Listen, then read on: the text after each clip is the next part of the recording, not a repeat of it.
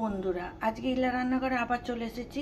কাতলা মাছ দিয়ে দই দিয়ে ভাপা করব। কি করছি না করছি দেখতে থাকো। কাতলা মাছ আমি নুন হলুদ দিয়ে মেখে রেখেছি, এবার ভাজতে দেবো। একদম হালকা করে এপিট ওপিট করে ভাজবো, বেশি ভাজবো না। তার জন্য সামান্য তেল দিয়ে দিলাম, তেলটা গরম হোক। এবার ভাপার মশলাটা রেডি করছি। ততক্ষণ দইটা একটু বেশি দিলাম, দই যেহেতু বলেছি। আর 1 চামচের মতন সর্ষে পোস্ত বাটা, বেশি দেবো না, 1 চামচের মতন দেবো। আর তার সঙ্গে চিনি, নুন আর হলুদ দিয়ে দিলাম, আর তেল।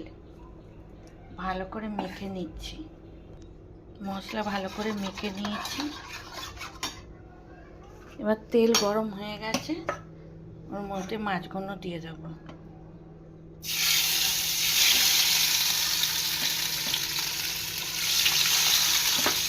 আমি সব পেটি নিয়েছি, পেটির মাছ। দেখো মাছ ভাজা হয়ে গেছে।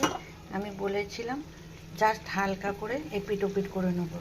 এবার মাছ আমি তুলে নিচ্ছি, মাছ ভেজে তুলে নিয়েছি। এবার ওই মশলার মধ্যে মাছগুলো সব দিয়ে দেবো, দিয়ে ভালো করে এপিট ওপিট করে নিয়ে দেখো মেখে নিয়েছি। নিয়ে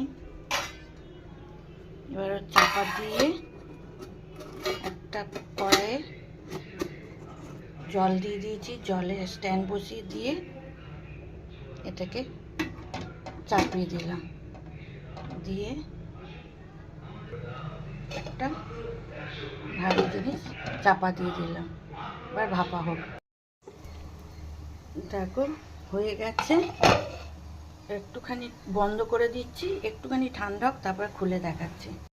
দেখো একদম রেডি হয়ে গেছে দই কাতলা ভাপা। তোমরাও একদিন করে খেও, ভালো লাগলে লাইক কমেন্ট শেয়ার করে দিও।